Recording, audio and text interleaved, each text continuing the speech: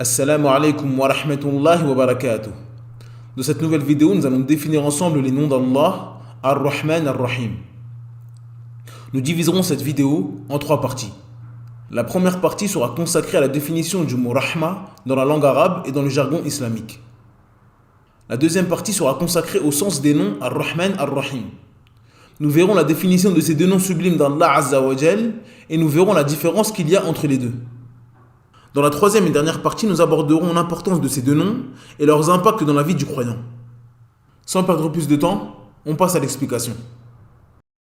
إنه من سليمان وإنه بسم الله الرحمن الرحيم Bismillah ar-Rahman ar-Rahim. Alhamdulillahi Rabbil Alamin. والصلاة والسلام على أشرف الأنبياء والمرسلين نبينا محمد وعلى آله وصحبه أجمعين أما بعد. La définition du mot Rahma dans la langue arabe. L'origine du mot Rahma vient des trois lettres Ra, Ha, Mim, qui forment le verbe Rahima, qui signifie compassion, bienveillance et bonté. La définition dans le jargon islamique.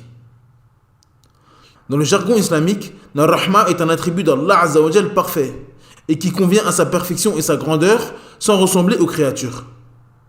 Allah a toujours été miséricordieux et ne cessera jamais de l'être, et il fait miséricorde à qui il veut parmi ses serviteurs.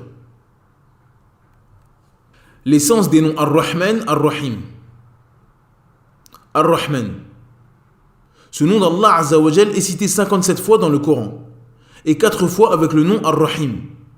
Ce nom sublime signifie qu'Allah Azza wa Jal est celui qui possède la miséricorde immense, celle qui couvre tout le monde et qui touche toutes les créatures. Allah Azza wa Jal dit Wa rahmati wasi'at kulla shay. Dans la sourate 7 au verset 156, d'après la traduction approximative, Allah Azza wa Jal dit Et ma miséricorde embrasse toute chose. Ar-Rahim. Ce nom d'Allah Azza wa Jal est cité 95 fois dans le Coran. Ce nom sublime signifie qu'Allah fait miséricorde à ses créatures. La différence entre Ar-Rahman et Ar-Rahim. La différence linguistique. La structure du mot Ar-Rahman implique le sens de l'immensité et de la multitude, tandis que la structure du mot Ar-Rahim désigne le fait de faire une action. La structure des deux mots indique donc que le nom Ar-Rahman signifie celui qui possède la miséricorde immense, qui couvre toutes les créatures, alors que le nom Ar-Rahim signifie celui qui fait miséricorde à ses créatures. La spécificité. Le nom Ar-Rahman fait partie des noms spécifiques à Allah Azza wa Jal, au même titre que le nom Allah. C'est-à-dire que son sens ne permet pas d'attribuer ce nom à une créature. Seul Allah peut être appelé ainsi, contrairement au nom Ar-Rahim. Une créature peut être Rahim, c'est-à-dire qu'elle fait miséricorde à autrui. Bien sûr, elle le fait de façon diminuée et imparfaite, contrairement à Allah Azza wa Jal qui est parfait dans ses noms et attributs. Allah Azza wa Jal dit لَقَدْ جَاءَكُمْ رَسُولٌ مِّنْ أَنفُسِكُمْ عَزِيزٌ عَلَيْهِ مَا عَنِتُّمْ حَرِيصٌ عَلَيْكُمْ بِالْمُؤْمِنِينَ رَءُوفٌ رَحِيمٌ. Dans la sourate 9 au verset 128, d'après la traduction approximative, Allah Azza wa Jal dit Certes, un messager pris parmi vous est venu à vous, auquel pèsent lourd les difficultés que vous subissez, qui est plein de sollicitude pour vous, qui est compatissant et rahim envers les croyants. Certains savants ont dit qu'Ar-Rahman signifie celui qui possède la miséricorde qui englobe toutes les créatures dans ce bas monde, et des croyants uniquement dans l'au-delà. Tandis qu'Ar-Rahim est celui qui possède la miséricorde spécifique aux croyants. D'autres ont dit également qu'Ar-Rahman concerne la miséricorde des sens, c'est-à-dire la miséricorde qui ne se détache pas d'Allah Azza wa Jal. Tandis qu'Ar-Rahim désigne la miséricorde d'acte. Il s'agit ici de la miséricorde qui dépend de sa volonté. Allah fait miséricorde à qui il veut parmi ses serviteurs. L'importance de ces deux noms et leur impact dans la vie du croyant. Ces deux noms sublimes ont une immense importance et un rang élevé. Ces deux noms sont ceux qui ouvrent la mer du livre, la sourate Al-Fatiha, la sourate la plus immense du Coran. Ces deux noms sont aussi présents dans la Basmala, qui consiste à dire Bismillahir Rahmanir Rahim. Cette parole est une arme contre Shaitan et une phrase utilisée par les prophètes pour commencer leur discours. Ces deux noms sublimes ouvrent également les sourates du Coran. Les croyances que doit avoir le musulman vis-à-vis de ces noms et les effets sur son comportement. Affirmer ces deux noms. Il est obligatoire pour le croyant d'affirmer ce qu'Allah Azza wa Jal a affirmé pour lui-même. Et il ne fait aucun doute que les noms Ar-Rahman, Ar-Rahim ont été affirmés par Allah Azza wa Jal dans son livre et par le prophète Mohammed sallallahu alayhi wa sallam. Affirmer l'attribut de Ar-Rahman. Le musulman doit également avoir la ferme croyance qu'Allah Azza wa Jal possède l'attribut de Ar-Rahman, la miséricorde. Il doit affirmer cet attribut pour Allah Azza wa Jal sans le faire ressembler aux créatures. Les créatures possèdent la miséricorde, mais leur miséricorde est diminuée et imparfaite, contrairement à la miséricorde d'Allah Azza wa Jal qui est immense et sans limite. Croire en ces noms et attributs sans omettre les autres noms et attributs d'Allah Azza wa Jal. Nous voyons malheureusement certaines personnes exagérer et s'égarer concernant la miséricorde d'Allah Azza wa Jal. Ils exagèrent jusqu'à dire qu'Allah Azza wa Jal fera rentrer les mécréants au paradis par sa miséricorde. Il ne fait aucun doute qu'Allah Azza wa Jal est le tout miséricordieux et le très miséricordieux.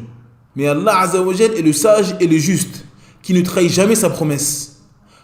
Allah Azza wa Jal a promis le paradis à toute personne mourant sur la foi et l'enfer éternel à toute personne mourant sur la mécréance. Et Allah Azza wa Jal ne trahit jamais ses promesses. Invoquer Allah Azza wa Jal avec ces deux noms. Le croyant doit invoquer Allah Azza wa Jal avec science et bon comportement. Il doit utiliser les noms d'Allah Azza wa Jal dans son invocation en fonction de ce qu'il demande. S'il souhaite obtenir la miséricorde d'Allah ou l'entrée au paradis, il invoque Allah Azza wa Jal avec des noms qui impliquent la miséricorde.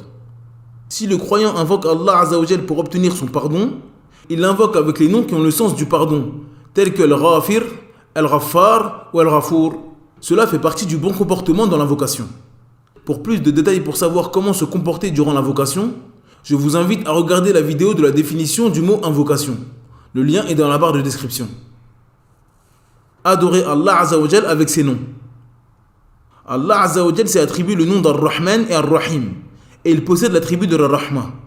Cela implique qu'Allah Azza wa Jal aime la miséricorde pour lui-même, et donc sur ses créatures également. L'adoration d'Allah avec ce nom consiste à être miséricordieux. Le croyant doit être miséricordieux avec sa propre personne, c'est-à-dire qu'il doit tout faire pour se préserver et éviter la perdition. La plus grande préservation est la préservation du feu. Il doit donc être miséricordieux avec lui-même en s'éloignant du polythéisme qui mène au feu éternel. Il doit s'éloigner des péchés qui mènent à la perdition et au feu également, et de toute chose qui pourrait lui nuire dans ce bas monde ou dans l'au-delà de manière générale. Le croyant doit également être miséricordieux avec autrui. Il doit préserver les gens de son mal et avoir le meilleur des comportements lorsqu'il est amené à avoir des échanges avec eux.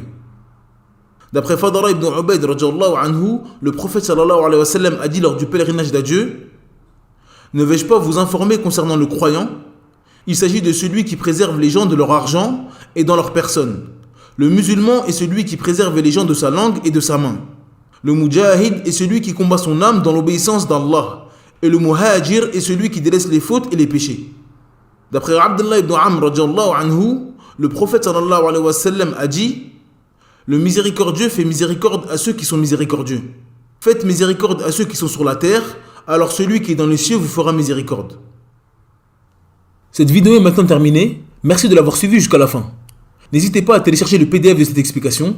Le lien est dans la barre de description. Il est disponible en langue arabe et en langue française. N'oubliez pas de vous abonner à la chaîne et d'activer la cloche de notification afin de ne rater aucune vidéo. En attendant, je vous dis Assalamu alaikum wa rahmatullahi wa barakatuh. Subhanakallahumma bihamdik, ashhadu an la ilaha illa ant, astaghfiruka wa atubu ilayk.